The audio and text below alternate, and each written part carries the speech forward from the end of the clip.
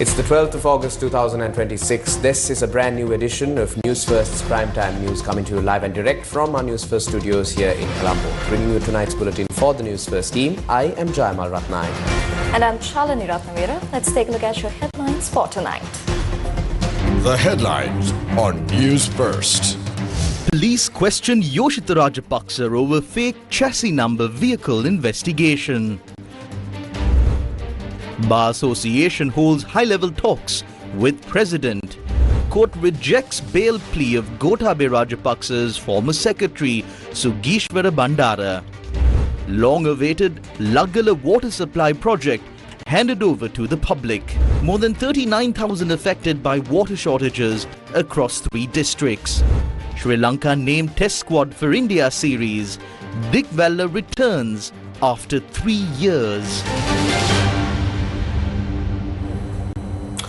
On to your top story for tonight. Former President Mahinda Rajapaksa's son, Yoshitha Rajapaksa, was questioned by the Criminal Investigation Department for nearly 2 hours, during which a statement was recorded. The statement was obtained in connection with an investigation into an alleged racket involving the illegal assembly and sale of motor vehicles. The investigation is being conducted under the Terrorism Investigation Division or the TID with the assistance of Sri Lanka Customs. Investigators have uncovered evidence suggesting that a luxury jeep allegedly imported into Sri Lanka during the 2020-2021 period had been assembled using a fraudulent chassis number. The revelation emerged after the vehicle was referred to the government analyst for examination.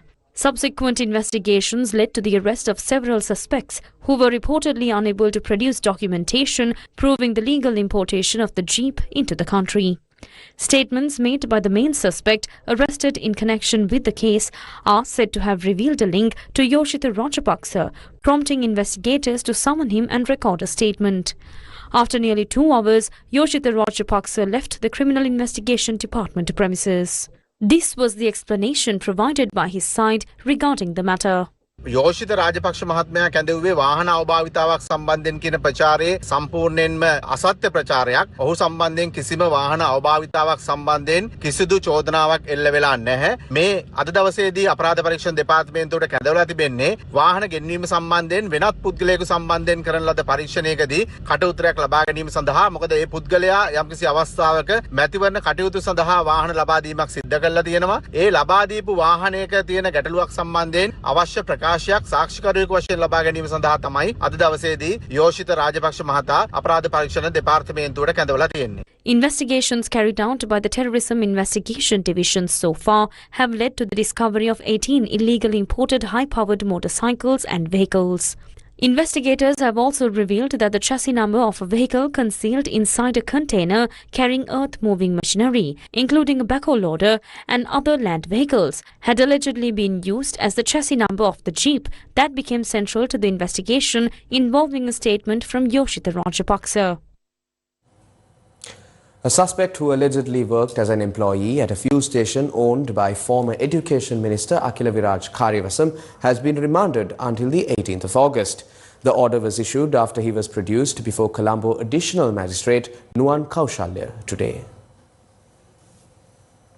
The suspect was arrested by the Commission to investigate allegations of bribery or corruption or allegations of aiding and abetting the misuse of employees recruited to the Presidential Secretariat by deploying them for private and political activities.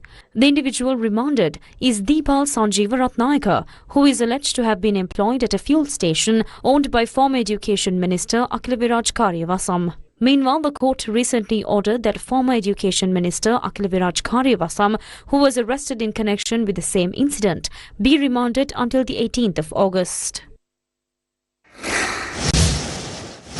The Colombo Magistrates Court ordered that Sugishwara Bandara, who served as former President Gotabaya Rajapaksa's private secretary and is currently in remand custody on suspicion of the criminal misappropriation of funds allocated under the Presidential Expenditure Head, be further remanded until the 25th of August. The suspect was remanded after the court rejected a 4th bail application made on his behalf. The case was taken up today before Colombo Additional Magistrate Nuwan Kaushalya. During the proceedings, President's counsel Sanjay Rajaratnam, appearing for the suspect, appealed for bail and informed the court that his client suffers from a serious heart-related medical condition. Translation of submission made by President's counsel Sanjay Rajaratnam. Court. The suspect is a heart patient. He suffers from a condition affecting the arteries of his heart, and those arteries have been damaged. He is also suffering from blood poisoning and is currently undergoing treatment for these illnesses. Due to his prolonged period in remand custody, he has been unable to receive the necessary medical treatment in a proper manner. Furthermore, Your Honour, his 11-year-old daughter is experiencing severe psychological distress as a result of his incarceration and is currently receiving treatment at the Lady Ridgeway Hospital for Children in Colombo. His 12-year-old son is also suffering from psychological stress, while the mental condition of the suspect's mother has likewise deteriorated. End quote. Officers of the Central Crimes Investigation Bureau opposed the bail application and presented submissions before the court. Translation of submission made by investigating officer. Court. These factors cannot be regarded as exceptional circumstances warranting the granting of bail. The investigation against the suspect is being conducted under the Public Property Act. New facts continue to emerge through the investigation and further inquiries are ongoing. Granting bail to the suspect could hinder the investigation. Therefore, we request that the suspect continue to be held in remand custody. End quote. After considering the submissions made by both the parties, the magistrate rejected the bail application and ordered that the suspect be further remanded until the 25th of August. A woman was shot dead in the Ulhitiave area of Middenia this evening, in what police suspect may be linked to an ongoing feud between organised criminal groups. The victim has been identified as the mother of underworld criminal Bako Saman, who is currently being held at the Busa High Security Prison. The woman sustained fatal injuries in the attack and died as a result of the shooting. Moving on to more local news, President Anurakumara Disanayake informed representatives of the Bar Association of Sri Lanka that the decision to extend the retirement age of judges was taken not for the benefit of any individual or group, but in the broader national interest. The remarks were made during a discussion held with representatives of the Bar Association of Sri Lanka.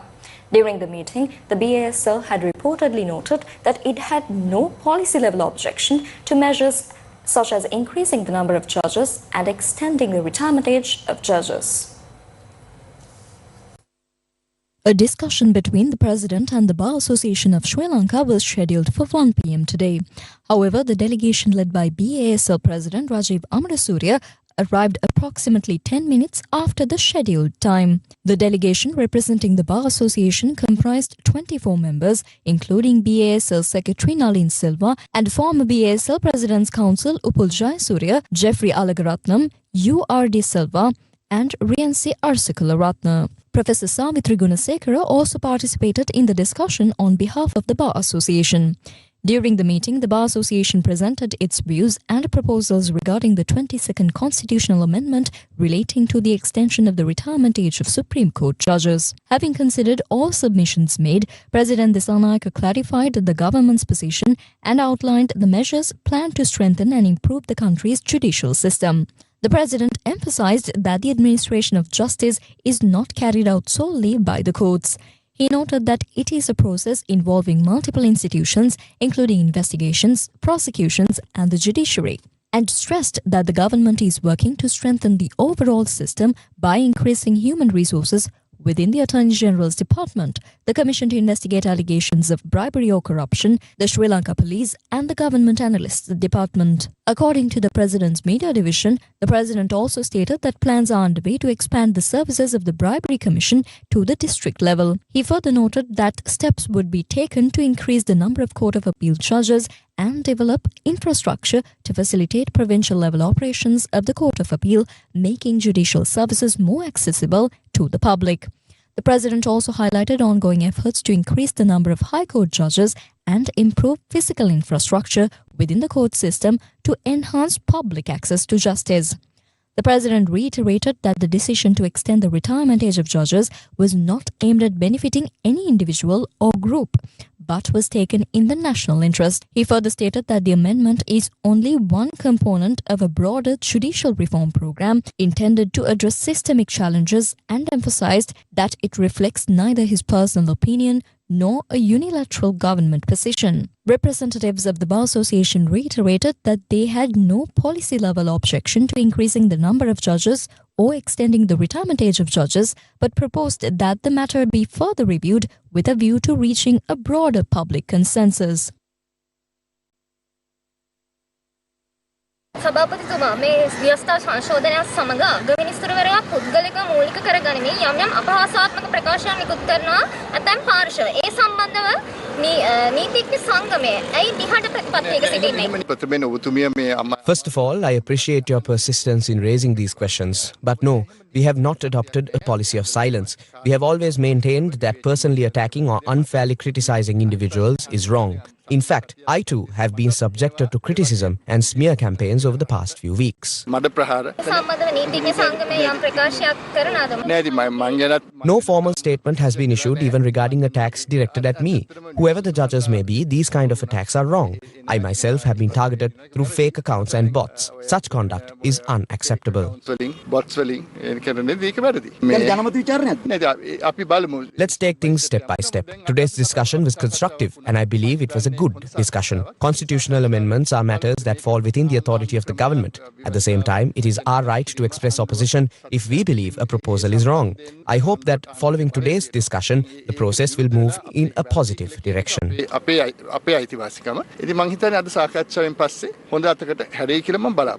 Justice Minister Harshana Nalayakara also commented on the discussion between the President and the Bar Association.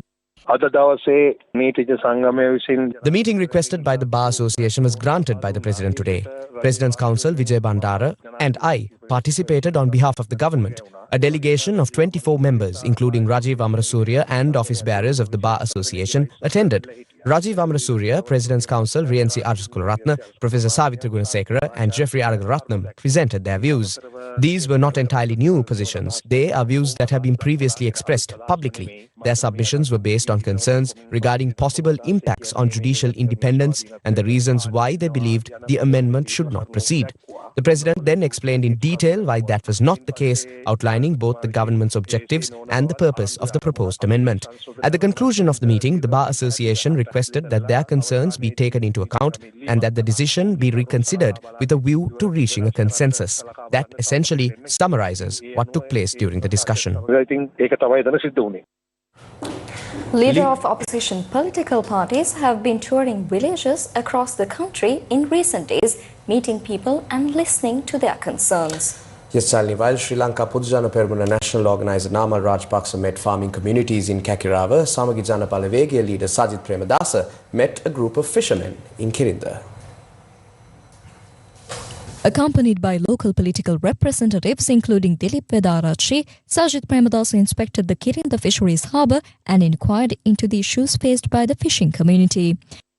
Meanwhile, Namal Rajapaksa met farmers in Manakate, Kakirava, where he held discussions on the challenges confronting the agricultural sector.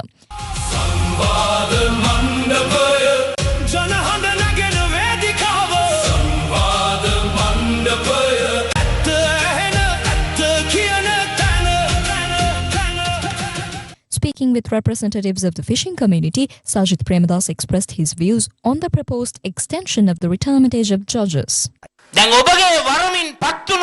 The President elected by the people, the Cabinet and the 159-member parliamentary majority seem to believe that extending the retirement age of judges is the key to creating a prosperous country and a better quality of life. Tell me, if the retirement age of judges is increased, will it solve the hardships faced by the fishing community affected by the tragic situation surrounding the Kirinda harbour? Will it provide the answers to their problems? Addressing farmer representatives, Namal Rajapaksa had this to say. We need to discuss these issues with farmers and develop area-specific solutions to prevent wild elephants from entering villages and farmlands. As for the Tokmakok problem, a separate decision will have to be taken because it has become a serious issue. Nothing can be protected from the grizzled giant squirrels, Tokmakoks and peacocks. It has become a major challenge. The solution is not something we can openly discuss through the media. Therefore, we need to have discussions and draw a line somewhere on how to address it. ඔබේ පාර්ශවය මීට පෙර රට පාලනය. දැන් ඔබ එදා විසඳුනේ නැති මේ ගැටලු අද වෙනස් විදියකට කොහොමද විසඳන්නේ? පළවෙනිම දේ තමයි එදා අපි ගත්තු සමහර තීන්දුව සාර්ථකයි. ඒ වගේම සමහර තීන්දුව අසාර්ථකයි. ඉතින් මේ දෙක අපි අධ්‍යයනය කළ යුතුයි. ඉතින් මම හිතනවා මේ දෙකම දැකපු කෙනෙක් මම. ඒ තීන්දුව දෙකම ගන්නකොට හිටපු කෙනෙක්. ඉතින් මේ අත්දැකීම් එක්ක අපි අනාගතයට අවශ්‍ය ප්‍රතිපත්ති මේ තීන්දුව ගොඩනගන්න ඕනේ. Matale's new Ladgala water supply project was officially handed over to the public today. With the commencement of the Moragahakanda Kaluganga project in 2014, residents living in the affected areas were resettled into the new Ladgala township in the Matale district. However, for nearly a decade, these families endured severe hardships due to the lack of adequate water facilities in the newly established township. Although the project to provide clean drinking water to the affected communities was initiated in 2016, construction could not be completed because of the challenges faced by the country during the intervening years. After the present government came to power, steps were taken to accelerate construction work on the project with an investment of 5 billion rupees allocated for its completion. The project is expected to benefit nearly 6,800 families across 21 Gram and Ladari divisions. The project was formally inaugurated today under the patronage of Minister of Housing, Construction and Water Supply, Susil Ranasinghe.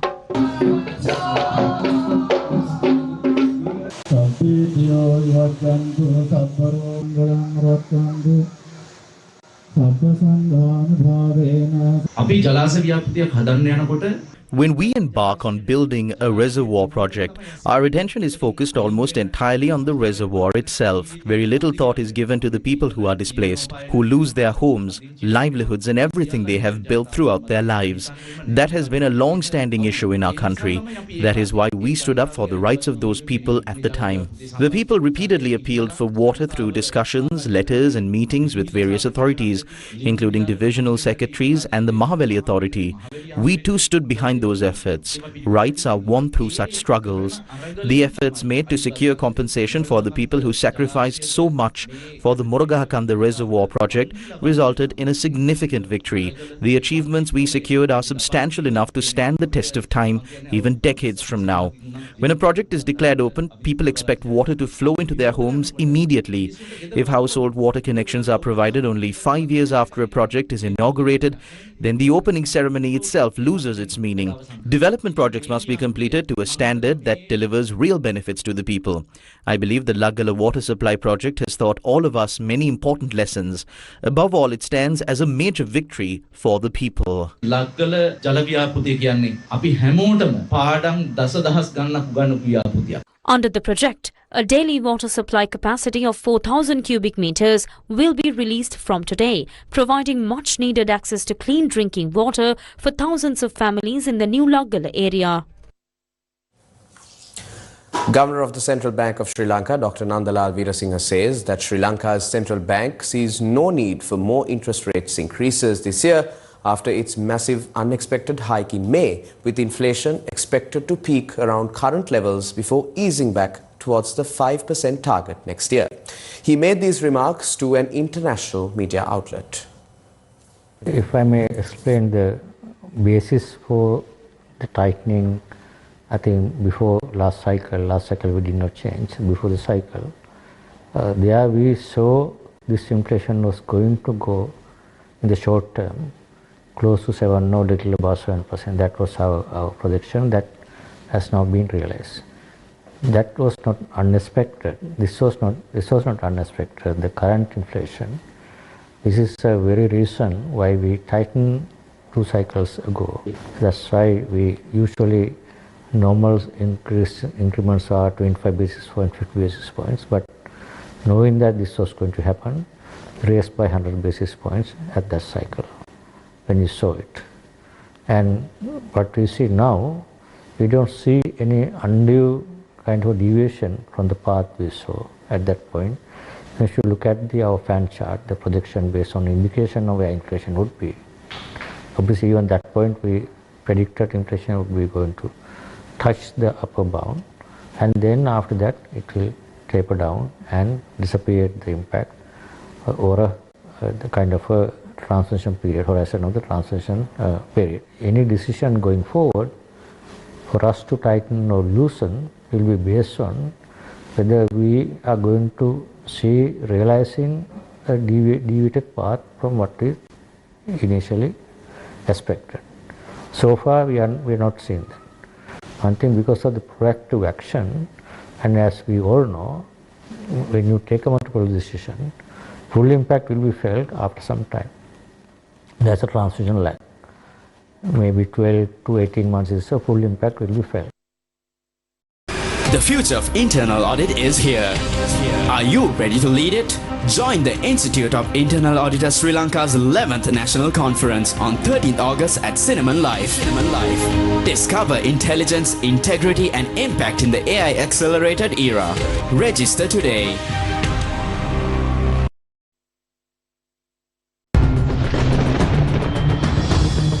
Weather first. Will Sri Lanka be affording inclement weather over the next few days, and will coastal communities prepare for rough seas? Tinal Tilakaratna is ready to bring us the details. Tinal? Yes, Jamal and Chalini. Now, the Department of Meteorology says intermittent showers or thunder showers can be expected in the western and the Sabaragamu provinces, as well as in the districts of Kandy, Nuwara Galle and Mathura. Now, several spells of rain are also expected in the northwestern province. Meanwhile, showers or thunder showers may occur in a few locations in the Uva province and in the districts of Batiklo, Ampara and Mullaitivu. The Department of Meteorology further stated that wind speeds in the sea areas extending off the coast from Mathura to Potuvilwa, Hambantota and from Chilau to Kankasanturewa, Putlam and Mana could increase at times up to 50 kilometers per hour. In view of the prevailing conditions, the department has advised the fishing and naval communities to remain vigilant and exercise caution while engaging in sea activities. More than 39,000 people across 3 districts have been affected by water shortages. Disaster Management Centre spokesperson and Senior Assistant Secretary Pradeep Dhanansurya said measures are being taken to distribute water to those affected areas.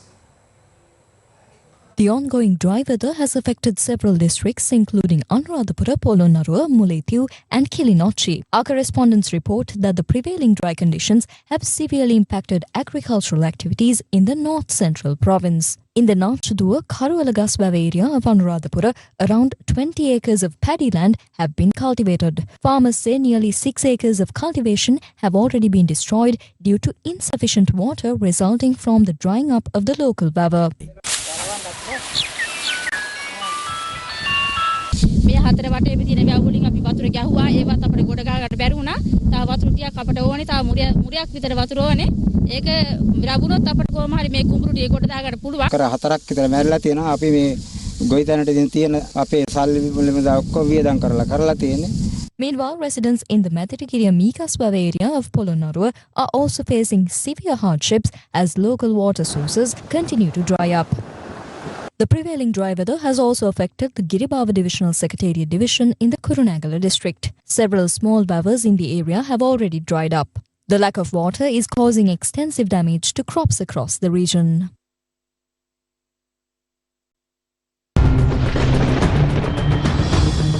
Weather first. The Adi Amavasya fast, observed by fasting and performing Tarpanam for the salvation of departed ancestors who have attained immortality, is being observed today. On the occasion of Adi Amavasya, Hindus around the world perform Tarpanam today for the peace of the souls of their ancestors. The Adi Amavasya fast is observed as an auspicious day to perform ancestral rites for the salvation of departed ancestors who have reached the feet of God. Fasting since this morning, Hindu devotees performed Tarpanam in holy waters, offering sesame seeds and water to perform ancestral rites for the salvation of their deceased ancestors. A large gathering of Hindu devotees diligently performed Adi Amavasya ancestral rituals at the Crow Island confluence in Colombo.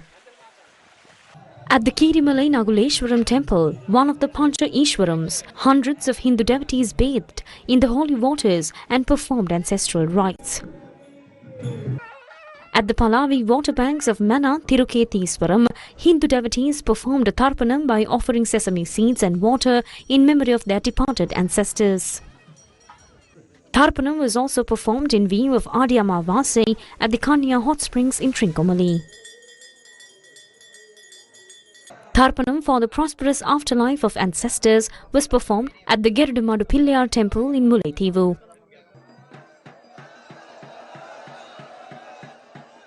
Hindu devotees performed ancestral rites in Rathota Matale.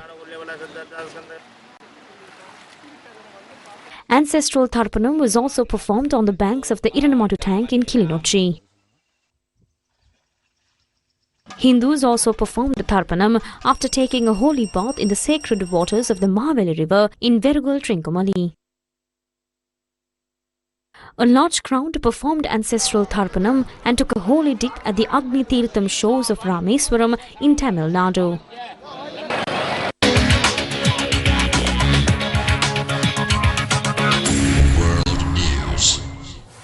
In international news, US Democrats have called for a congressional briefing over a stunning charade in which Donald Trump was secretly spirited to a different plane than the one the public and press believed he was traveling on. Critics now question why reporters and the public had been deliberately misled. Onel Kamaratunga tells us more. Onelka? Yes, thank you, Jamal and Chalani. Now, when US intelligence allegedly found a credible threat that Iran plotted to kill him last month, Trump left Air Force One in a catering truck, an episode first reported by the Washington Post and also by the New York Times. While the president was reportedly snuck out the side door of the plane, more than 100 aides, officials and reporters were kept on board to fly towards Britain without being told there was a threat to their lives. US President Donald Trump confirmed that he secretly switched planes, but said the plane he ultimately flew on was still more vulnerable than Air Force One. Well, it's only up to Secret Service. I just follow what they'd like to do. So I go by Secret Service and the military. They wanted me to go on a different flight, a different plane, equal safety, but they wanted me to do it, so I do it. I do what they say. What's the nature of the threat? I guess there was a threat out there. I didn't really ask too much about it. I get a lot of threats. Why was it too dangerous for you to fly on Air Force One, but well, not I don't know. I think actually the plane that I flew on was at greater risk. Why I think it was at greater risk because that would be the plane I think that they would be more likely to go for. President, were you surprised, Mr. President, that the Secret Service was telling you to take that third plane? No, not surprised. I have a lot of threats. I have a lot of threats that you don't know about. Any consequential president has a lot of threats. Non-consequential presidents don't get threats. And I think that I'm maybe the most consequential. How close was Iran to pulling something off? There's nobody who's done more than me in a period of almost 6 years. There's nobody. Were you worried about a shoulder-fired missile? I don't worry about anything, to be honest. Whatever it is, you know my attitude, whatever. The revelation comes after reports that President Trump boarded Air Force One on the 8th of July in view of television cameras before being transported to a military aircraft with the help of a catering truck.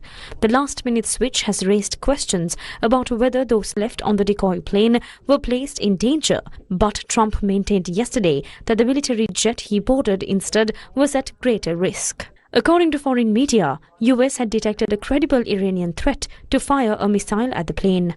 The New York Times reported that US intelligence had information of a person near the NATO summit who had been seen with a shoulder-fired missile. However, foreign media reported that journalists and some White House staff on board did not know the US president had been smuggled out as part of an elaborate ruse in response to a possible Iranian threat. Trump has previously said he was Iran's #1 target during the summit in Ankara. How did President Trump switch planes at Ankara airport?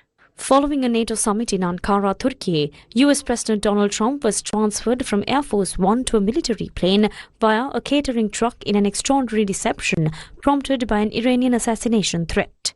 President Trump had arrived in Turkey aboard a newer Boeing 747-8 donated by Qatar, but announced that he would leave on the old Air Force One, quote-unquote, for old time's sake. On the 8th of July, footage showed him boarding the presidential jet at Ankara airport. However, according to the Washington Post, he slipped off Air Force One onto a catering truck that had been elevated to plane level on the opposite side to where he had boarded. He was then secretly taken to a smaller C-32A military aircraft, a modified Boeing 757, often used by the Vice President.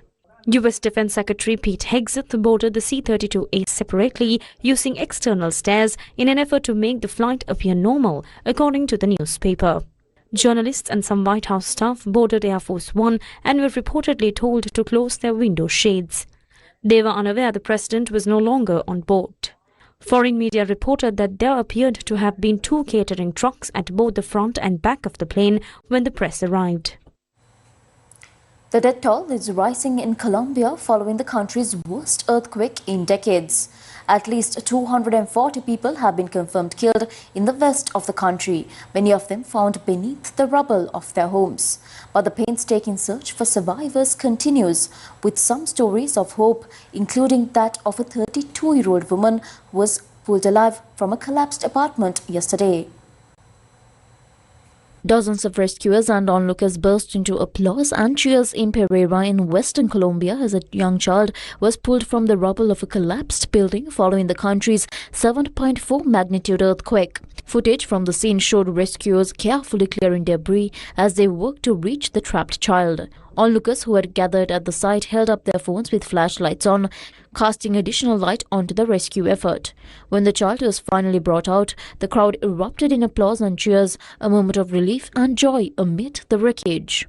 A woman named Diana Lucia was rescued alive more than 24 hours after becoming trapped under the rubble of one of the structures that collapsed in Cali following the 7.4 magnitude earthquake that struck Colombia. The rescue became one of the most eagerly awaited moments of the emergency that the capital of Valle del Cauca has been facing since Monday morning, when the strong earthquake caused damage in various parts of the city. Colombian President Abelardo de la Espriella has pledged the full support of the state to communities affected by the devastating 7.4 magnitude earthquake that struck the country, as rescue and recovery efforts continue across several heavily impacted regions. Deben abrir cuanto antes. Mi otra preocupación, además de la gente que está desaparecida, es que nuestros compatriotas no pasen hambre. Así que aquí cuentan con un gobierno nacional que está dispuesto a enviar las ayudas que sean necesarias para que ningún colombiano pase hambre en un momento tan difícil como este. Yo estoy firme por Pereira y firme por Risaralda. Gracias y que Dios nos bendiga. Colombia deployed more teams for search and rescue missions in the earthquake-hit areas. Colombian Ministry of Defense statement that it deployed more than 100 officers specialized in search and rescue, prepared to respond to collapsed structures and address situations arising from the emergency. In addition to these resources, 22 canine handlers and 10 dogs specialized in locating survivors in the rubble and assisting in the search for missing persons were deployed. One woman died and more than 170 were rescued after a ferry caught fire off the Indonesian tourist island of Bali in the second such incident in days.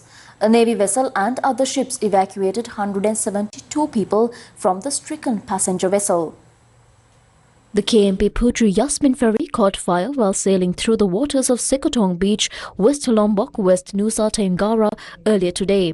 Video footage showed thick smoke rising from the vessel, while passengers appeared to be wearing life jackets as they prepared for evacuation. A large-scale rescue operation was immediately launched, with the Mataram SAR team heading to the location. The latest reports said the ferry was carrying 114 passengers and 17 crew members, as well as 44 cars and 53 motorcycles. The evacuation was complicated by rough sea conditions, with waves reportedly reaching up to 4 meters. The cause of the fire has not yet been determined. KMP Putri Yasmin operates on the Lemba-Padangbai route connecting Lombok and Bali, and the vessel was among ships inspected for seaworthiness and safety requirements in June 2026, ahead of the school holiday travel period. Spain and parts of mainland Europe will fall dark this evening for the first time in 121 years as a total solar eclipse traces a path from Greenland across the northern Atlantic and over the Iberian Peninsula. The Spanish mainland has not seen a total eclipse since 1905. NASA places the path of totality across Greenland, Iceland, northern Russia, the Atlantic Ocean, northern and central Spain, and a small corner of Portugal. The last total eclipse of the sun anywhere was in April 2024 over North America. A solar eclipse occurs when the moon passes directly between the Earth and the sun. A total eclipse occurs when the moon fully blocks the solar disk, briefly turning the sky the color of dawn or dusk. For those few minutes, watchers can see the sun's outer atmosphere, the corona, with the naked eye. The corona is otherwise lost in the glare of the photosphere, the sun's visible surface. Today's eclipse begins in the late afternoon over Spain, with the sun already low. Totality will unfold near coastline and mountain ridges before the sun sets while still partially covered, a sunset eclipse that photographers have been booking vantage points for since last year. This is also the first total eclipse over Europe in nearly 3 decades. The last was in 1999.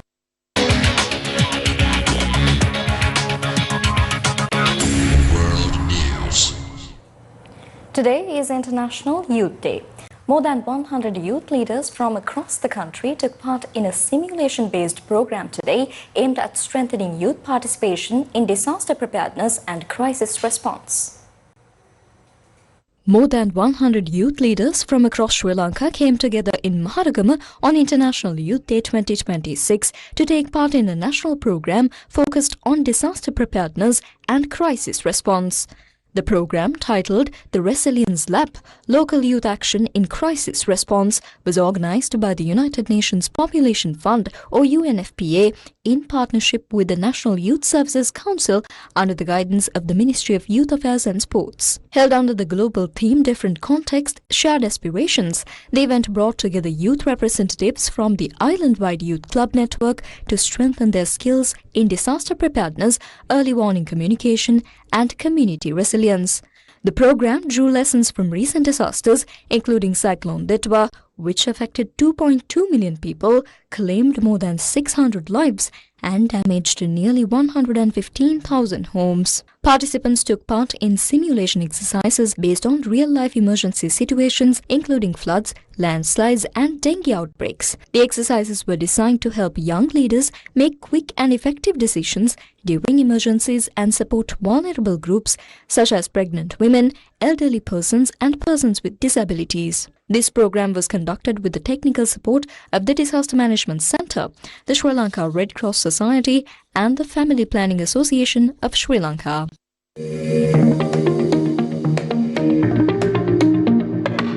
Amana Bank celebrated its 15th anniversary of operations in Sri Lanka through the official launch of a special commemorative stamp and cover developed in collaboration with the Philatelic Bureau of the Department of Posts. Today is not merely a celebration of 15 years. It is a celebration of a vision that began decades ago and determination of those who transformed the vision into reality, giving birth to Amana Bank. Among us today are individuals whose journey towards establishing Amana Bank began many years before bank itself came into existence. Amana Bank today serves the trust and confidence of more than 500,000 customers island-wide, with 81 customer locations comprising 33 branches and 48 self-banking centers. Our customers have been central to our progress. Over the past 15 years, their trust and confidence in our unique model of Islamic banking have enabled us to widen our reach and strengthen our services. We remain deeply grateful to their continued loyalty and support. Supported by its principal shareholder, the AAA-rated ISDB Group, Amana Bank moves forward dedicated to ethical financial solutions and sustainable progress.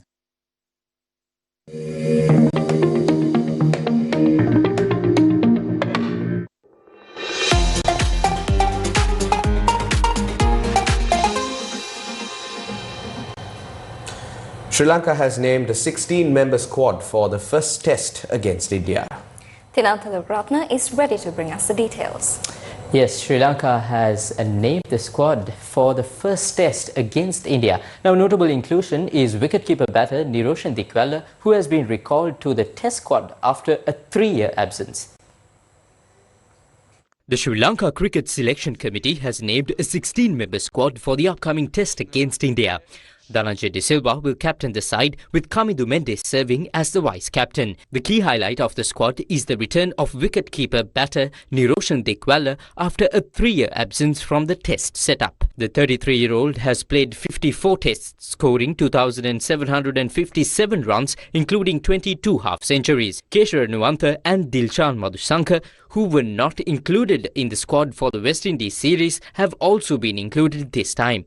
The squad also features Lahiru Dara, Nishan Madhushka, Dinesh Chandimal, Pasindu Surya Bandara, Sonal Dinusha, Ramesh Mendes, Prabhat Jayasuriya, Milan Ratnayaka, Asita Fernando, Lahiru Kumara and Vishwa Fernando. The first test of the series is scheduled to begin on the 15th of August at the Galle International Cricket Stadium. And that's a wrap of Primetime News for tonight. Thank you for watching. Good night.